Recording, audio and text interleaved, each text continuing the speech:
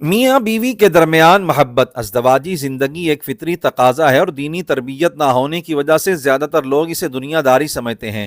حالانکہ شرعی حدود میں رہتے ہوئے اپنی اہلیہ کے ساتھ محبت کرنا بھی رضائے الہی کے لیے محبت کی ایک صورت ہے جس پر اجر و ثواب ملتا ہے۔ خالق کائنات نے ارشاد فرمایا وَمِنْ آیَاتِهِ أَنْ خَلَقَ لَكُم مِّنْ أَنفُسِكُمْ أَزْوَاجًا لِتَسْكُنُوا إِلَيْهَا وَجَعَلَ بَيْنَكُم مَّوَدَّةً وَرَحْمَةً إِنَّ فِي ذَلِكَ لَآيَاتٍ لِقَوْمٍ يَتَفَكَّرُونَ، یعنی اللہ کی نشانیوں میں سے یہ بھی ہے کہ اس نے تمہارے لیے تمہارے جنس سے بیویاں پیدا فرمائی تاکہ تم ان سے سکون آرام پاؤ، اور اللہ نے تمہارے یعنی میاں بیوی کے درمیان محبت و رحمت رکھ دی۔ بے شک اس میں غور و فکر کرنے والوں کے لیے اللہ کی قدرت پر نشانیاں ہیں۔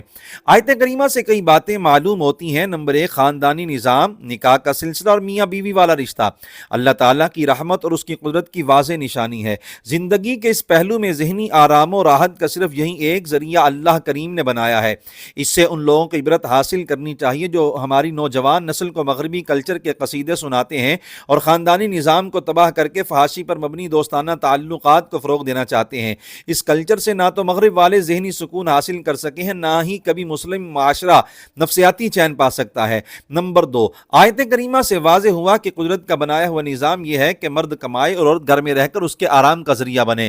بلا وجہ اس کا الٹ کرنا قدرتی نظام کی خلاف ورزی ہے۔